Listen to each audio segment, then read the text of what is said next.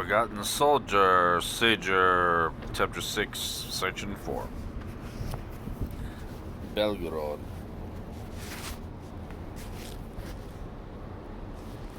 Immediately beyond the hospital, we had to wade across a canal. The cool water which rose above our waists made us feel much better. On the far bank, the springing turf was strewn with Russian bodies. A Soviet tank, twisted and blackened by fire, stood beside a big gun and the shattered bodies of its operators. To our left, in the northeast, the battle continued more fiercely than ever. We thought we heard a groan from one of the Russian gunners and went in over to a man smeared with blood who was leaning, gasping against one of the wheels of the gun carriage. One of our men uncorked his drinking bottle and lifted the head of the dying man. The Russian stared at us through enormous eyes, widened by terror or shock. He cried out, then his head fell back, thudding against the metal of the wheel. He was dead.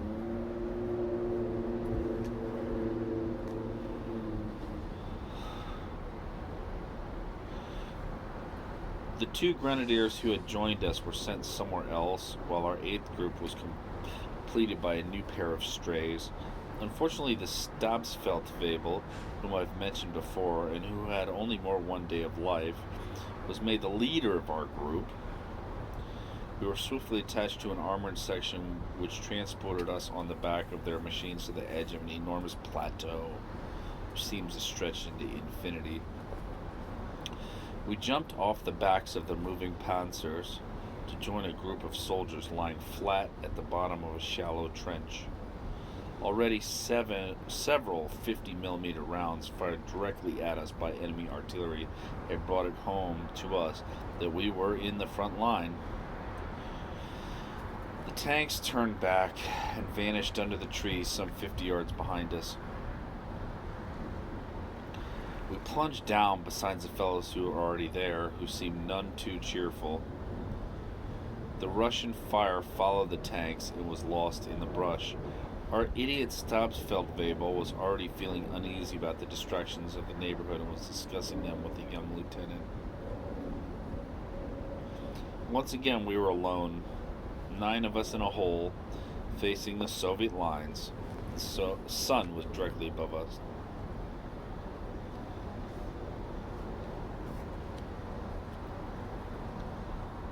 Suddenly, a human figure crashed into our hole. We both trembled with desperation and fright. Then a second human shape joined the first, in a great leap.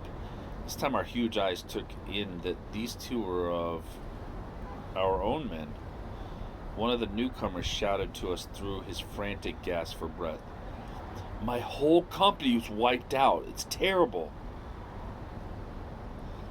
He carefully lifted his head just over the edge of the embankment as a series of explosions began to rip through the air beside us. His helmet and a piece of his head were sent flying, and he fell backwards with a horrifying cry. His shattered skull crashed into Hal's hands, and we were splattered with blood and fragments of flesh. Hal threw the revolting cadaver as far as he could and buried his face in the dirt. The explosions had become so violent that we felt the ground all around us must be shifting. Outside our hole, on the torn and ravaged plain, we could hear an engine roaring out of control. Then there was another explosion, more violent than all the others, and an enormous flash of light swept the edge of our trench. Our 2 Spandaus fell back on top of us in a wave of loose earth. Those who weren't struck dumb with fright howled like madmen. "We're finished!" "Mama! It's me!" No! We'll be buried alive! Help!" But nothing we said could put an end to this hell, which seemed to go on forever. About 30 soldiers on the run plunged in with us. We were kicked and shoved without mercy as everyone tried to burrow down as deep as possible. Whoever was left on top was finished. The earth all around us was pocked with thousands of shell holes, and from each of these we could hear the sounds of fleeing soldiers looking for refuge, But the cruel Russian soil was torn by fresh salvos, and those who thought they'd been saved continued to die. We heard the roar of airplane engines, and cheers for the Luftwaffe rose from the thousands of desperate men. The bombardment continued for a few more seconds and then decreased dramatically. The officers who were still alive blew their whistles for retreat, and the men packed into our hull poured out like rabbits chased by a ferret. We were about to follow when our Stabsfeldwebel, who hadn't yet been killed, shouted loudly after us, "Not you! We're here to stop a Russian counteroffensive. Get your guns ready to fire." 6 Hitlerjugend cadavers were lying on the bottom of the trench, which had completely changed shape. To the left, one end was caved in, and Krause's boots were sticking out 2 cubic yards of gray dirt. The other grenadier had been completely buried. With the help of the veteran, whose face was streaming with blood, we were able to get the FM back in place. The plane, which had been altered beyond recognition, was scarred with holes and lumps, as if giant mules had been at work. Wherever one looked, there was smoke and flame and a scattering of motionless bodies. In the distance, though, spirals of dust and smoke. We could see geysers of fire from the bombs which our Me-110s were dropping on the Russian artillery. It looked as though we hit a couple of their ammunition dumps. The shock waves from those explosions engulfed the earth and sky in an extraordinary intensity of light and displacement of air. "Those bastards!" shouted the Ober. "Now they're getting what they deserve." Our Me-110s turned back to the west, and the Russian artillery opened up again. They were concentrating particularly on the panzers, which were retreating in disorder, with at least half their number destroyed. Although my left arm had almost been broken when the gang of panic-stricken soldiers jumped into the trench on top of us, I had felt nothing at the time. Now it was beginning to cause me violent pain, which hovered beside me like a supplementary presence. But I was too busy to pay much attention to it. The bombardment was continuing to the north and the south, and then passed over us once again, intensifying and spreading its complement of pain and terror. Our group of stupefied men could breathe only with difficulty, like an invalid who gets up after a long illness to find he's lost both strength and wind. We were all unable to speak. There's nothing to say then about the hours we had just lived through. There's no way of describing them now with the vehemence and force they require.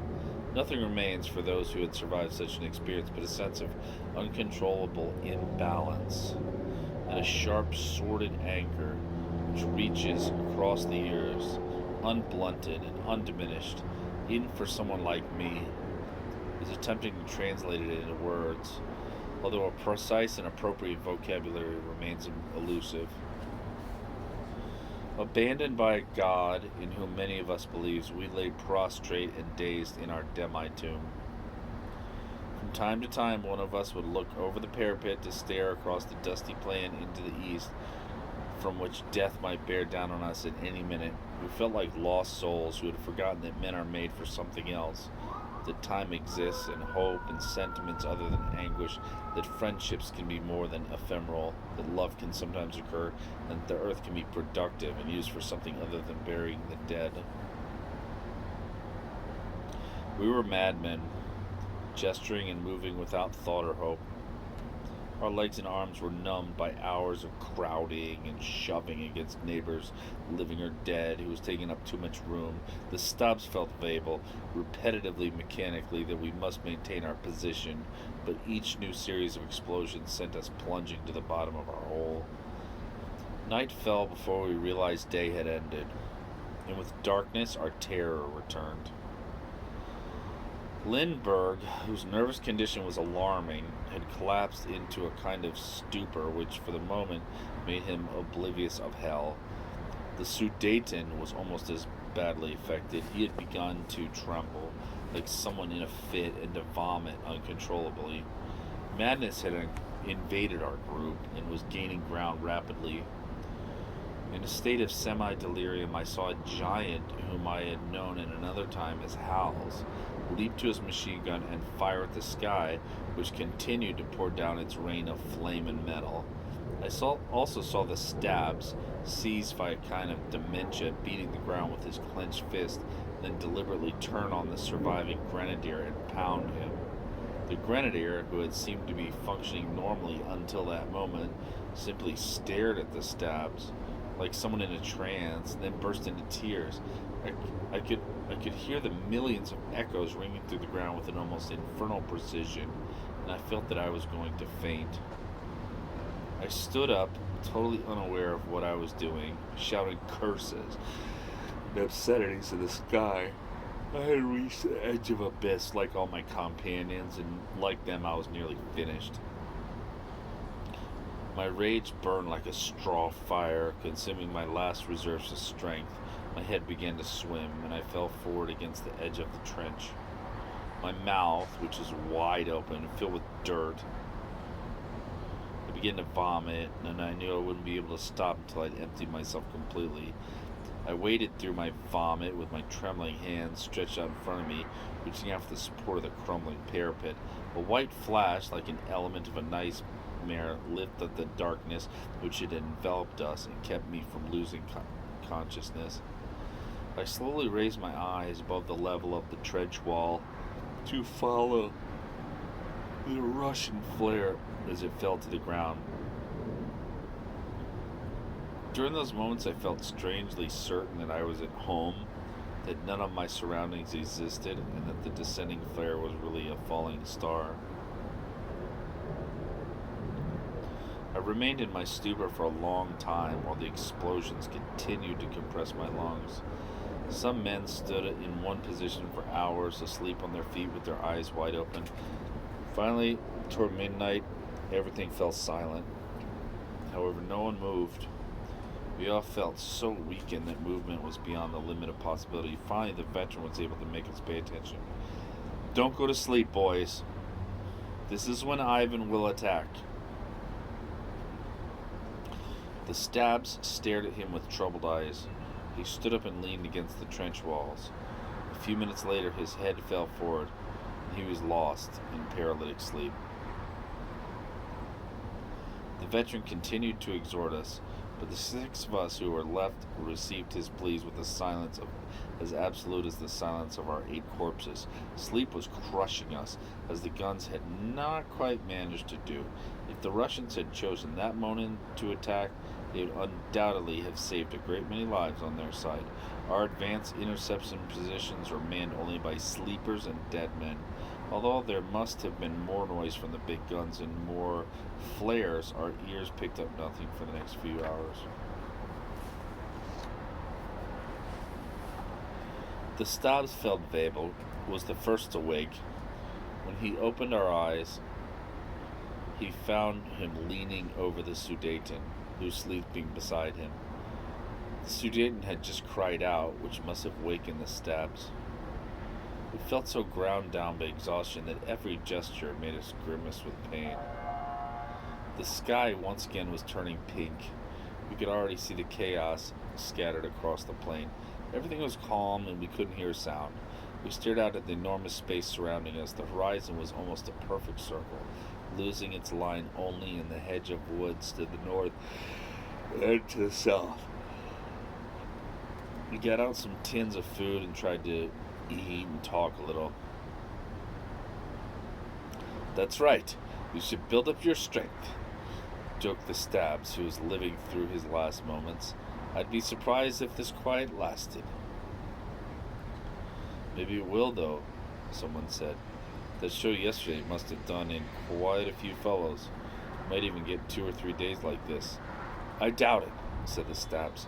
"The Fuhrer has given the order to march east, and nothing can stop our troops now. The offensive will begin as soon as the sun is up." "Do you really think so?" asked Lindbergh, excited as usual when something seemed to be going our way. "Will our troops be able to knock out those damn Russian guns?" "If it starts up again," Hals muttered me, "I'll go right off my rocker." "Or be killed," I answered. Can't expect the same luck we had yesterday. Hall stared at me as he chewed. The Stabs, Lindbergh, the surviving Generator were still talking while Hals and I traded pessimistic predictions. Only the veteran went on eating in silence, his eyes, red from sleepiness, fixed on the morning star. "You too," said the Stabs, pointing to Hals and me. "You keep your eyes open for another couple hours while the rest of us try to get some sleep. But first we have to get rid of these stiffs." He waved at the 8 mutilated corpses, which are already beginning to swarm with big blue flies. We watched the dead being stripped of their tags. For once we were not playing Undertaker's assistant, and guard duty seemed like a stroke of luck. The same curses and exclamations seemed to occur to survivors every time they had to deal with the remains of their slaughtered comrades. Fuck it. This fellow weighs a ton. My God. He'd be better off if they finished him right away. Look at that.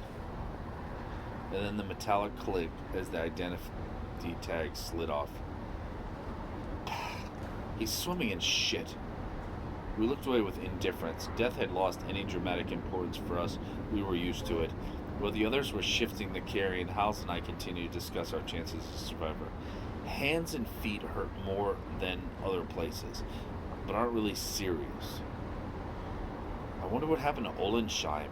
Broken arm, I heard. How's your arm? My shoulder hurts like hell. Besides our back, the others were hard at their filthy work. Hans Feller, 1925, unmarried, poor fellow. Let's see your shoulder. Maybe you're really badly hurt. I don't think so, just a bruise, I said, unfastening my harness. I was about to pull the cloth away from my shoulder when a roll of thunder shook the pure morning air. A second later, a hail of Russian shells fell all around us, and once again we collapsed in terror at the bottom of our hole. My God, it's starting again! Someone shouted. Hals was moving closer to me through a shower of flying clods. He had just opened his mouth to say something when a violent explosion very near us drowned the sound of his voice. We'll never be able to hold on. We better get out. A shell fell so close to us that the gray earth wall of the trench glowed red in the light of its flames. A thick cloud of smoke enveloped it, and cubic yards of earth fell into our holes. We could hear cries of fright, and then the voice of the Stabs. "Anyone hit?" "God!" shouted the veteran through a spasm of coughing. "Where the hell's our artillery?" Lindbergh had begun to tremble again. Then the Russian fire stopped. The veteran peered carefully out, and after him our 7 heads rose above the rampart. We stared at the plain, which was still scattered with trailing clouds of dust. In the distance beside the woods, someone was howling. "They must be running short of shells," said the Stabs, grinning. "Otherwise they would have stopped so quickly." The veteran looked at him with his habitual resigned expression. "I was just thinking the same thing about our artillery," Stabs Feldwebel. "I was wondering why they weren't firing." "We're preparing an offensive. That's why our side is quiet. Soon we'll see our tanks."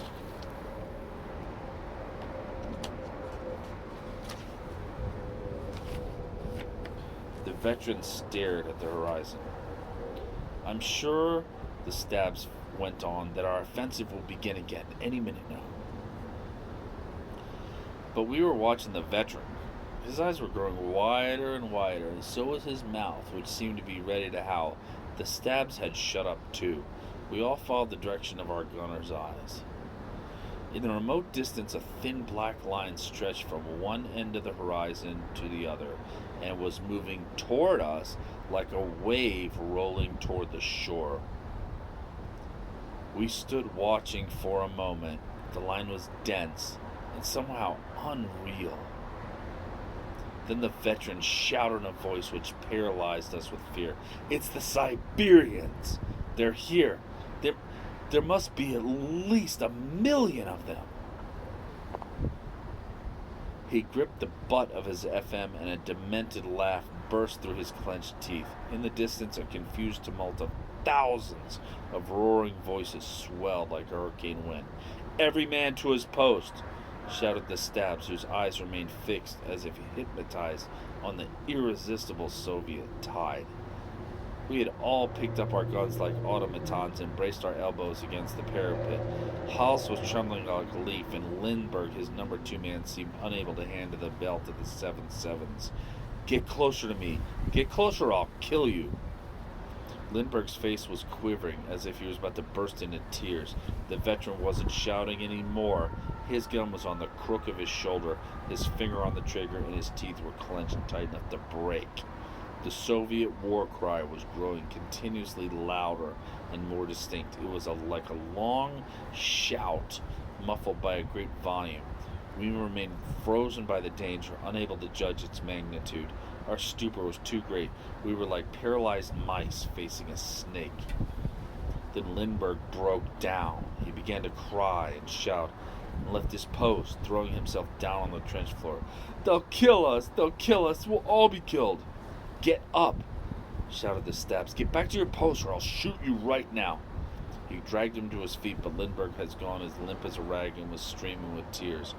You bastard! Get killed then. I'll take care of this damn thing myself.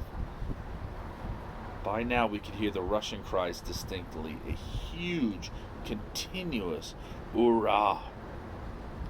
Mama, I thought to myself. Mama! Hurrah! Hurrah, Pobjeda! Muttered the veteran. Just get a little closer. The human wave was now about 400 yards from us. We could also hear the throb of engines and see 3 planes high in the brightening sky. Planes, said the Sudeten, but we'd all noticed them already. Our anxious eyes left the Russian horde for a moment. The airplane engines were screaming as the planes dived down at top speed. Messerschmitts, shouted the Stab. What guts! Hurrah, we all shouted. Hooray for the Luftwaffe. 3 planes were strung out over the huge Russian thrust, spraying it with death. This seemed to be a signal for our mortars to open fire. They were hidden in the brush and had lengthened their range. The Spandaus, which had survived the bombardment, began to fire too, while the planes dived down, stimulating our troops to a feverish pitch of courage. I could feel the FM cartridges running through my hand at a dizzying speed. One clip was emptied, we started another. Some of the big Wehrmacht guns had also opened fire, which must have had a lethal effect on the ranks of the Bolsheviks, who were charging as in the days of Napoleon. However, the human tide continued to roll toward us, making our scalps crawl. Only the weight of our helmets kept our filthy hair from standing straight up on our heads, although the idea of death itself no longer terrified us. My eyes remained fixed on the smoking metal of the FM and the steady hand of the veteran. The trembling belt of cartridges moved forward into the machine, shaken as if by a titanic frenzy. Perhaps the grenade, shouted the Stabs, who was firing his Luger braced in his left arm. It's useless, shouted the veteran even louder. We haven't got enough ammunition. We can't stop them. Order the retreat, Stabsfeld Babel, while there's still time. Our frantic eyes moved from the lips of one man to the other. The Russian war cry, Hurrah, Pobjeda! Roared closer and closer. The men were firing from their hips as they ran, and the air shook with the rushing flash of their bullets. You're crazy, answered the Steps. No one can get away from here, and our boys should be coming any minute now, so keep firing for the love of God. But the veteran had already loaded his FM and picked up the last magazine. You're the one who's crazy. Any minute now is too late, but you go ahead and die right here if that's what you want. No, no, shouted the Stabs. The veteran had just jumped from his trench and was galloping toward the woods, bent over as far as he could and calling to us as he ran. We grabbed our guns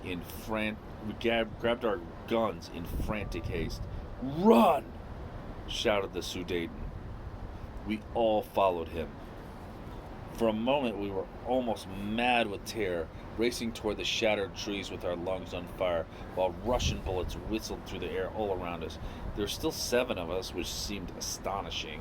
The Stabs had finally followed everybody else, but was still protesting and shouting, Cowards! Shoot back! You'll all be killed. Put up a fight. But we continued to run for the trees. Halt! The stabs shouted. Halt, you cowards! We had just caught up with the veteran, who had stopped for a minute behind what was left of a tree. I was right behind him. You bastard! The stabs yelled. I'll report you for this. I know, the veteran said, gasping, almost laughing, but I'd take one of our firing squad over Ivan's bayonets any day. We began to run again, climbing a pockmarked hillside stripped of its brush side. Aye! Howled the veteran as Russian bullets struck the earth bank with hollow thuds. Hurry, Stabs, quick! He shouted to our leader, who was still climbing the bank and would never complete his ascent. You'll see, we'll stop them when we get to our lines.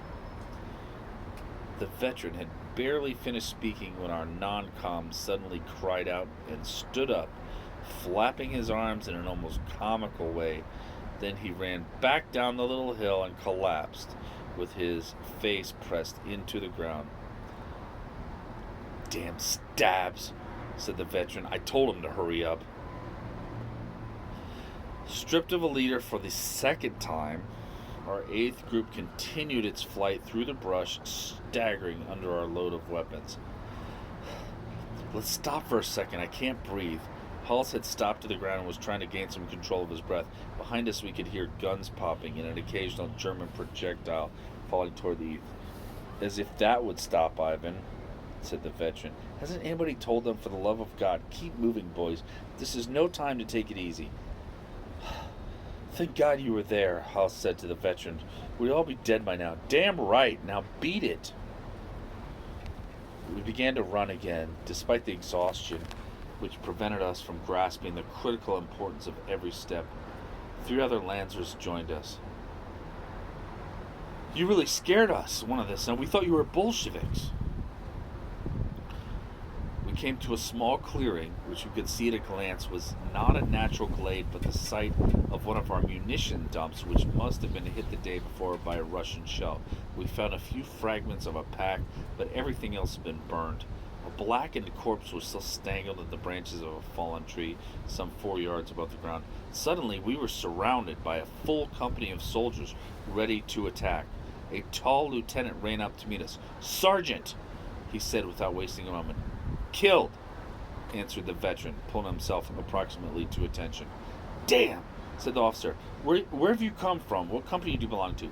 8th Group, 5th Company, Interception Group of the Großdeutschland Division, Herr Lieutenant. 21st Group, 3rd Company, added the 3 fellows who'd just joined us. We're the only survivors. The officer looked at us but said nothing. There was a continuous rumble of guns, and from time to time the shots of the Siberians. Where's the enemy? Asked the lieutenant. In front of you, Herr Lieutenant, everywhere. They just poured into the plane. There must be several 100,000. Anyway. We're going back. We're not part of the Großdeutschland. Reattach when you run into one of your own regiments. We didn't wait for him to repeat himself, but plunged into brush once again, while the officer turned back to his troops shouting his orders. We passed many other groups ready for the slaughter, finally arriving the hamlet where we had organized the defense post in a cellar a short time before. We stopped before a unit from our vision had settled in there, but no one knew anything about the 5th Company. We were bombarded with questions, first by officers, then by anxious soldiers, but we were also allowed a few minutes rest in the shadow of a ruined house, and were brought something to drink. Everything harassed soldiers were digging in, constructing defensive fortifications, camouflaging, checking over what had already been done. Toward noon we could hear the battle approaching. A salvo from the Russian artillery made us run for the cellar we already knew, where we saw a fat soldier, a Großdeutschland veteran, dancing and singing as the earth and air shook with explosions. His companions paid no attention to him. He's off his rocker, Hal said. He was that way already when we got here, someone explained. Pretty soon, we too paid no more attention as the fat lunatic was trying to execute a French can-can. He's too much, Hals muttered, but the madman went right on waving his arms. In the afternoon, 5 or 6 tanks went to meet the Russians, with several groups of grenadiers right behind them. In the distance, we could hear fighting. It seemed to go on for about an hour. Then we saw the grenadiers come back, surrounded by a thick swarm of fleeing soldiers. The woods beyond the orchards were red with fire. Scattered shots were falling all around the gasping soldiers who were dragging their wounded comrades with them. We realized that in a short time we would be again in the front lines. The battle was drawing continuously closer, its rumbling explosions and loud bursts of sounds, and we felt ourselves gripped once again by the essential, inescapable anguish of the front.